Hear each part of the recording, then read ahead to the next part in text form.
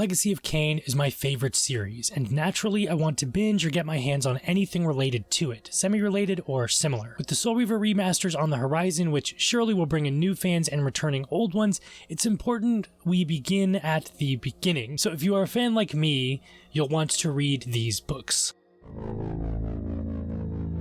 The Elric Saga. The Elric Saga follows a nobleman turned mercenary who travels the Young Kingdoms and slowly uncovers a plot that could shape the world forever as he goes on an epic quest of self-discovery and vengeance, fighting and struggling against the forces of order, chaos, and the balance, that in one instance of his adventures are represented by a group of 9 wizards who control a kingdom that scheme for better or worse. The Elric Saga was a large influence on the first game in the Legacy of Kain series, Blood Omen. Created and written by Dennis Dyack, Ken McCulloch, and developed by Silicon Knights back in 1996. Blood Omen follows the nobleman turned mercenary Kain, who swiftly dies at the hands of bandits at a tavern, only to quickly rise as a creature of the night, and slowly uncovers a plot that could shape the world forever as he goes on an epic quest of vengeance, fighting and struggling against the forces of order, chaos, and balance, represented by the Circle of 9, a group of wizards who control and scheme for better or worse in the Kingdom of Nosgoth. Yes, contrary to what the later Soul Reaver series has done, Nosgoth was a kingdom, and if we ever did get Dennis's version of Blood Omen 2, it probably would have expanded on that idea and maybe even have gone to other kingdoms. I'm not sure if Amy Hennig has read these books or if they have inspired Soul Reaver at all, but depending on what Elric book you are reading, or what version of the tabletop game from the 1980s that you're playing as, there is even an ancient winged race that is the oldest within the Young Kingdoms, and that they may or may not have blue skin. Could just be me reaching really far here, because by now we all know that Soul Reaver started as something totally different and had to shuffle its way around tremendously to become a Legacy of Kain title, but make of that what you will. Recently, the Elric Saga has been reprinted in a giant trilogy of omnibus editions, but if you are like me and listen to your books, I've uploaded the first 2 books to my channel. You can find them here in this card above. They are also available on Audible or your local library. It is the color of a bleached skull, his flesh, and the long hair which flows below his shoulders is milk white. From the tapering, beautiful head stare 2 slanting eyes, crimson and moody.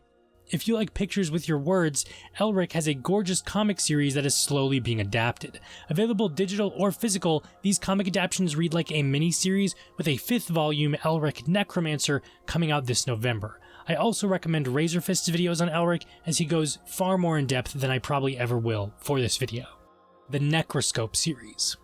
What do you get when you cross elements of Doctor Who, Cold War spy fiction, H.P. Lovecraft, Cronenberg body horror with a dash of Hellraiser? Well, you get the Necroscope series by Brian Lemley. This has honestly gone down to be one of my favorite book series in the last few years.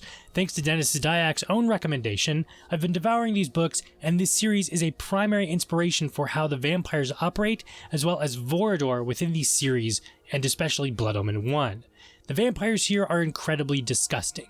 There's a few vampires within this series that I immediately pictured Vorador in reading or listening to them, or even a Blood Omen 1 Elder Kain would have looked like, again, if we have gotten Dennis's vision. You have castles made of bodies. They shapeshift into these disgusting Cronenberg monsters. There's some Lovecraftian Elder God stuff here going on. In one book, they are even called the Great Old Ones, these vampires.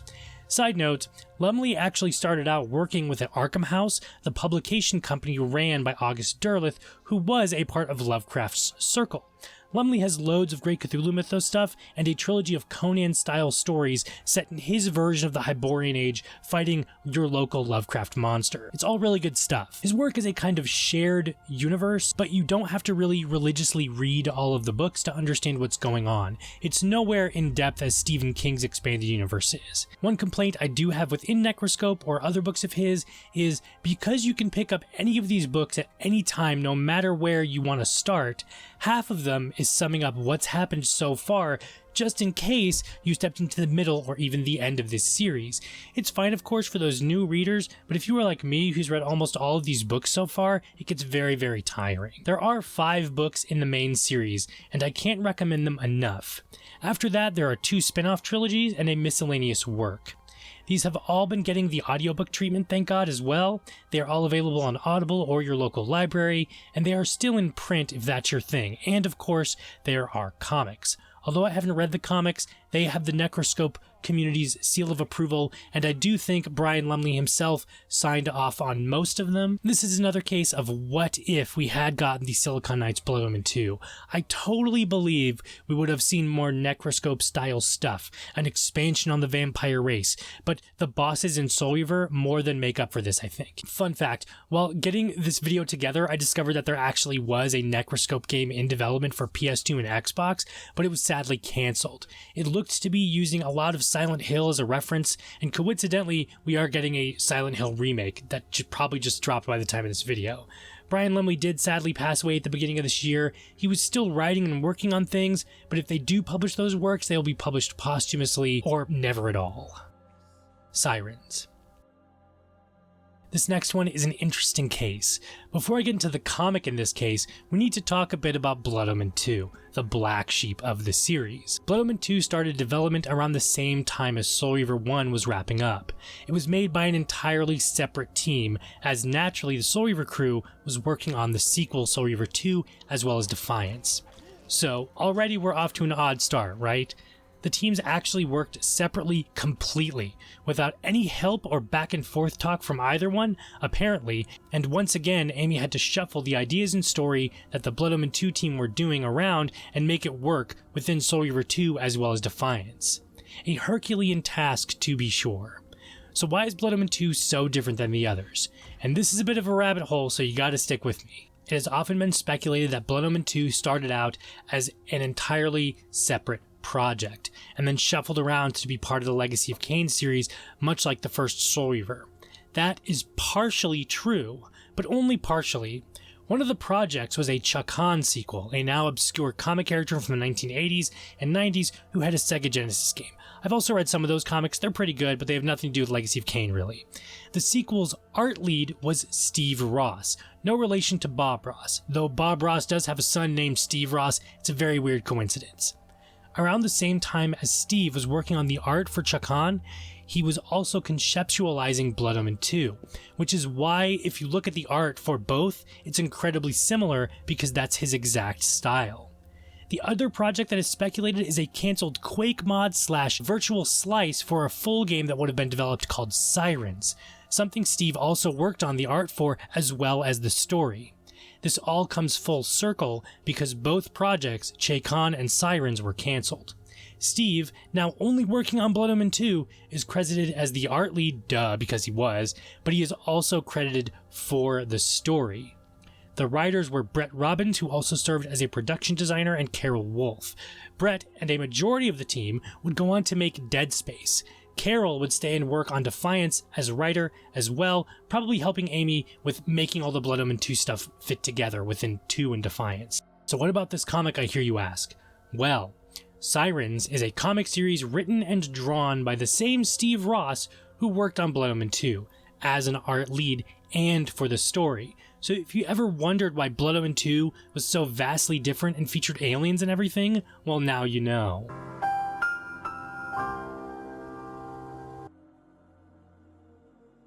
Sirens deals with Reaver, a nobody who gets transported to a strange alien dimension full of H.R. Geiger's lost creations, and discovers he's the chosen one, who ends up looking like Raziel in the Darkness had a baby. The art here is the best part. Steve Ross has nailed the goth industrial look. The story, though, straight up feels like a video game with all of its tropes. You can totally see how it would have been designed to be a video game, how the bosses would work, how the environments would work. The most interesting thing is that on one hand, we kind of got this story already with Blood Omen 2, right? It's almost beat for beat the exact same story as Blood Omen 2, only the characters are changed up a bit. And on the other, we get the narrative from the cancelled Sirens game. So it comes full circle as this weird loop of could have, should have, would have, was, wasn't. It's very strange, but it is an okay comic. These comics are like $2 a piece on digital. There are 9 of them, and while the writing isn't amazing, it's still a fun cheeseball read with some nice art, and we finally get to see what that cancelled Sirens project was, and why Blood Omen 2 was just so damn weird. So I've talked about the Blood Omens most of this video. So what about Soul Reaver? Honestly, Wheel of Time, I guess. just because all of the time travel shenanigans that happen within Soul Reaver trilogy. I read the first book when I was a kid, but I never went back to the series. I might one day, but for now I have a million other things to read. Follow-up note.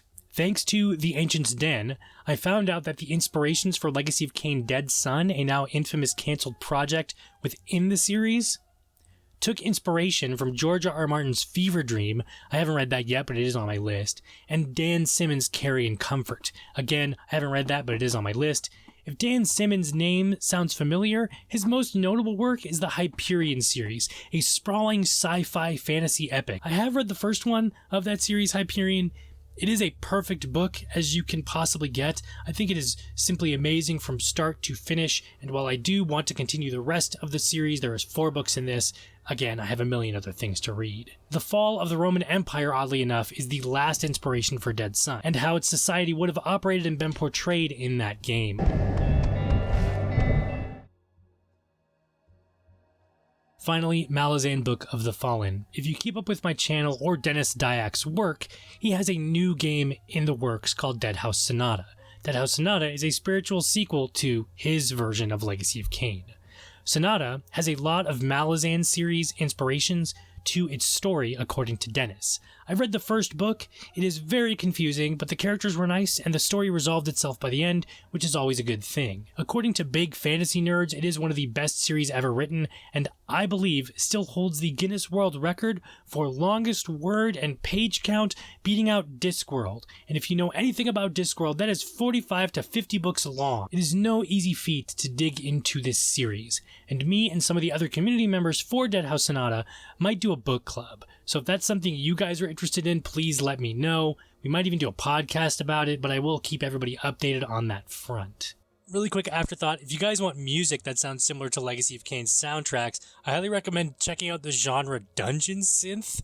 I've discovered this YouTube channel, Dungeon Synth Archives. I've used it a lot in my videos, and that is the literal basis of, hey, this sounds a lot like Legacy of Kain soundtracks, but it's not. If you had to put the Legacy of Kain series soundtracks into a category or a genre of music, it would totally be Dungeon Synth. You guys can thank me later. So these have been some small recommendations for things that you should read or would like to read. Maybe add them to your list if you are a fan of Legacy of Kain. I figure with all the people jumping in and the remasters coming out, now would be the perfect time. Because if you don't want to exactly replay the games until the remasters, you'll at least have some stuff to read.